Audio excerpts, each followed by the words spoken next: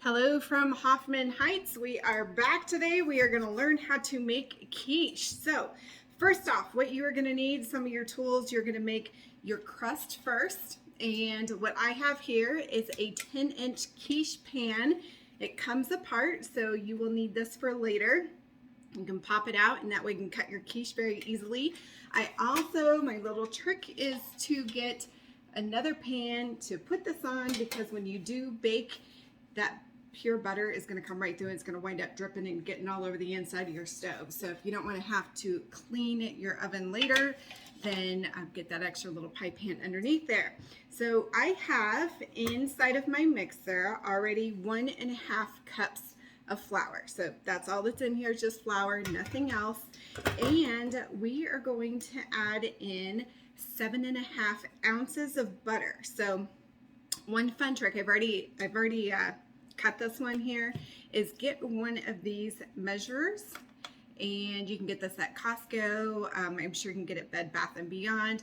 I'm going to go ahead and get this set so that it is on ounces. So I'm going to weigh this just to verify, and this is 7.5 ounces worth of butter. Now, I like to use Kerrygold because it is the richest and it has the best flavor, and it makes all the difference in any kind of pastry. So whether you're baking with it, cooking with it, I tend to use, this is my go-to, is Kerrygold. So this is an awesome butter. So you're just going to take a butter knife and you're going to cut this up into just smaller pieces, so it makes it a little bit easier when you are putting this in the mixer with your flour.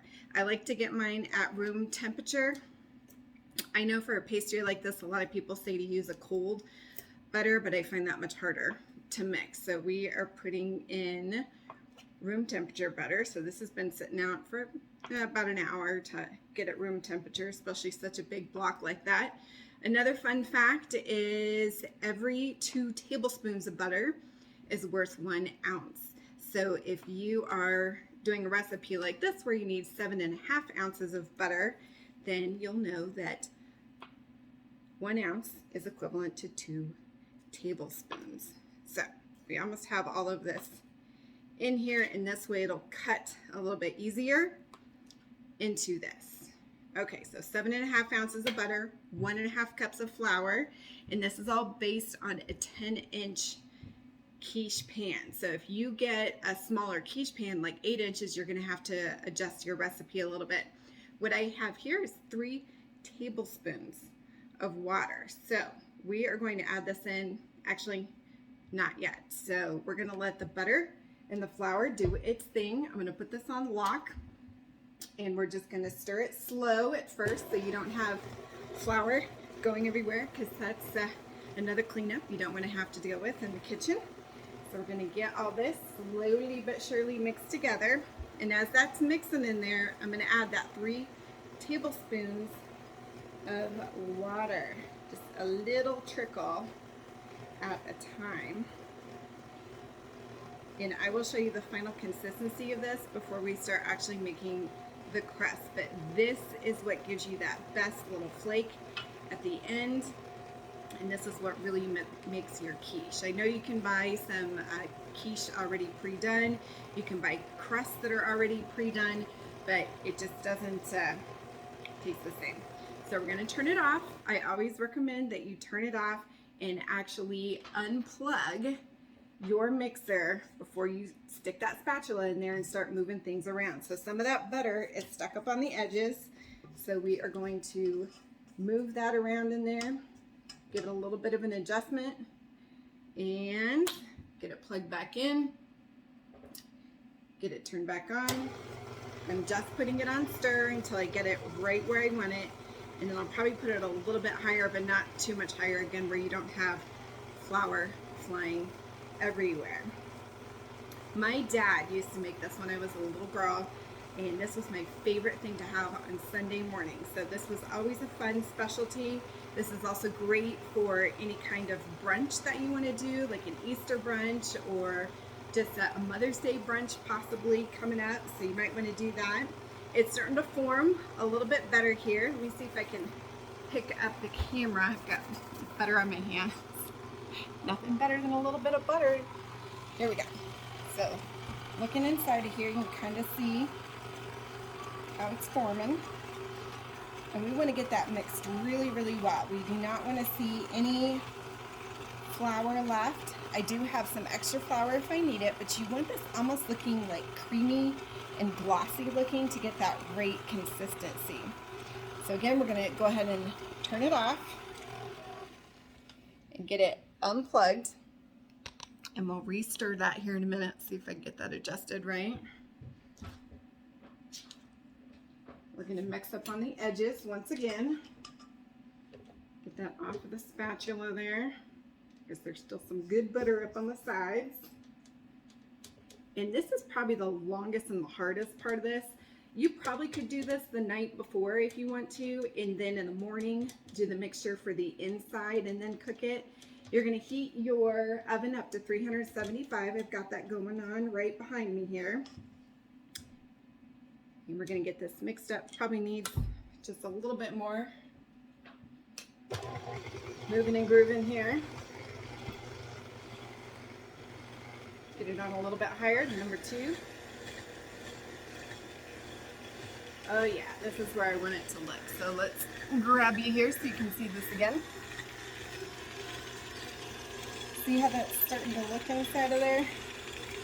It's getting a little bit more creamy looking. So you don't want it dry, you want it really moist. And that is looking perfect. That's where you get that nice flaky crust.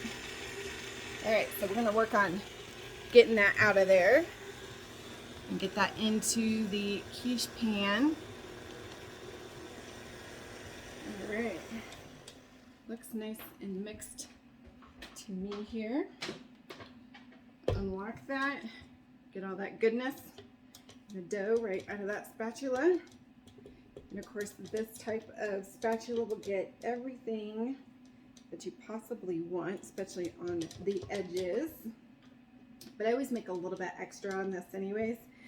So the original recipe only asks for a cup of flour, but in this one we're doing a cup and a half of flour just because I've got that bigger pan, so you're going to always have to adjust your butter as well. So original recipe asks for 5 ounces of butter, and we are doing 7.5 ounces of butter here.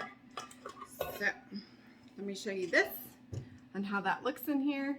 And we are just going to put this right inside of the pie pan here. There's no special way of doing that because you're going to wind up needing to use your hands, and that is probably one of the most tasking parts of this whole recipe, is getting this fit all in here. You want to try to make it as even as possible. So if you have very long fingernails, you are going to want to probably wear gloves for this because you don't want to poke any holes in your dough here. So let's see if I can push that down a little more. Oh, here. I know. Let me move these. The little tripods. We're doing this together. We're going to make this work. Oh, nope, that'll make the phone fall over. Okay, this is probably a 2-person job here, isn't it? So we've got that all inside of here, and all you're going to do, I try to space this out as evenly as possible. See how kind of sticky that is? But that is what makes this so perfect for later. And this moves out really, really easily. Well, it's going to stick to you, but you want it to move really, really nice. So we have got it where you're going to poke it up around the edges here with your fingers.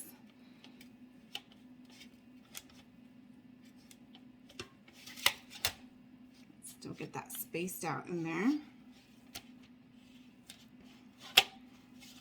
And I know it almost seems like it's not quite enough, but it's just the right amount, because if it's too thick, you will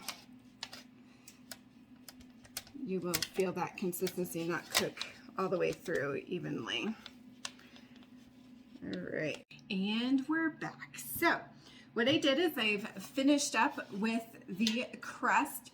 So you can kind of see how this looks in here. Now remember, we were at a super creamy type consistency for this dough. And if you need to make it a little bit easier to work with, have just a little bit of extra flour on hand. I just use this on my fingertips so my fingers wouldn't stick so much to the dough, and it made it a little bit easier to work with. So I do not recommend a rolling pin or anything to roll it out. Just use your hands and your fingers.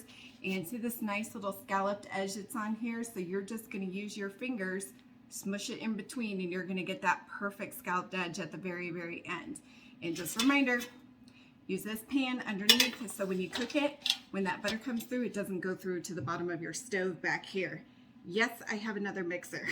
So this is one of my favorite ones. I got this as a birthday gift quite a few years ago. And this is a Gin Air. Absolutely love it. What we are going to do is the innards now. So we have 4 eggs. And if you notice, there is a discrepancy on the color differences in here. And I will tell you the reason why. So the difference is with pasture raised eggs, you're going to get this rich orange color. My favorite type of egg is what they call an Easter egger. See the color on that? These come in green. You'll see them in pinks and these deep, deep brown colors. So these are your pasture raised eggs. They do cost quite a bit more, but again, when it comes to baking, this makes all the difference in the world. But I wanted you to see what a normal egg will look like for the ones that you just get on a regular basis. So that is the difference. Now, when you actually fry these up, the yolk on that orange actually sticks up a lot higher, and the yolk is that much richer, and it tastes amazing. So we're going to do four inside of here. And again, this is based on a 10-inch pie pan or quiche pan. So we're going to get these mixed up. Again, not too high or things are going to go flying. Get that mixed up here real good. Get those yolks broken up. Now, we are going to mix a little bit more because we want that all mixed together really nice. We're going to add 1.5 cups of milk. I like to use whole milk. Again, you want to make that quiche nice and rich. So let's get this mixed up a little bit better. Go higher. You're going to turn it back down to put this milk in, or again, it's going to go flying. So we'll turn this back to stir on 1. Add this in, so you've got 1.5 cups worth of whole milk. And next up, you can add in any kind of cheese and any kind of meat that you want. You can get real fancy by adding in salmon. I like to do ham. Now, because I'm adding in ham, I am going to do less salt on this recipe. So it does recommend your salt and your pepper. So I'm going to add in my pepper, my Himalayan salt, but I'm going to do very little salt just because ham has so much salt consistent into it. So I've got, it might be about a 3/4 cup of ham there, and I have 1.5 cups of cheese, and I've already added that. You can kind of see the pepper on there, so I've got my salt and pepper added into here. Now, as far as your cheese goes, I like to use a sharp cheddar cheese, but if you forgot to get cheese, or you have some other type of cheese in your pantry, like Parmesan, Monterey Jack, any of those will work. Mozzarella, maybe not as much because it doesn't have a lot of flavor to it. So anything that's like a sharp cheese. So this is already mixed together really, really well. We're going to turn this off, lift it up, and remember, unplug it because you're going to be digging in here. You're going to pull that off so you can get all that goodness off of that little, what is the thing called, wire whip? Yeah, that. We'll go with that. So we're going to take this off of here. I love this. This is glass. It's tortoiseshell, and we are just going to pour that right inside of that crust. Now, this tends to clump up right in the middle, so I'm going to spread that out with my spatula here. You're going to set your oven again to 375 and cook this for 40 minutes. It's okay if you see it bubble up a little bit while you're looking at it through the stove. And when I say bubble, not like tiny bubbles. You might see 1 or 2 big bubbles on here. It'll go down, and you're going to want it to cool before you actually take it out of its pan. So here, let's take a look at this. And that is what it looks like right before we put it into the oven, and then I will show you guys what it looks like afterwards. All right, here we go. Gonna be pulling this out of the oven here in a minute, but you can kind of see how it's nice and brown, and there's a little bit of a poof to it. We're gonna take it out and let it cool. And here we go. So we have pulled this out of the oven. I've let it cool for about 15 minutes, and I'd recommend doing this with gloves, but my dad and I have both been known to have what we call asbestos hands, so we can pretty much handle anything pretty hot. So this is how this works. You're gonna pop that right out of there. Look how easy that is. So you now have your quiche. You're gonna gently set that down. I just put this right on our countertop. We have granite countertop, so it's nice and simple. And lay that down here. Now I have butter all over my hands. Again, butter's always good for the skin. So we're gonna take our little knife here, or pie cutter, I guess I should call it. We're gonna see that nice, perfect flake. And I will show you up close and personal. And here we go. Here is your perfect quiche, ready to serve up and eat. And you can kind of see that perfect flake right on the crust here. And how delicious is that going to be? So Hoffman Heights out, taking food to a whole nother level. See you soon.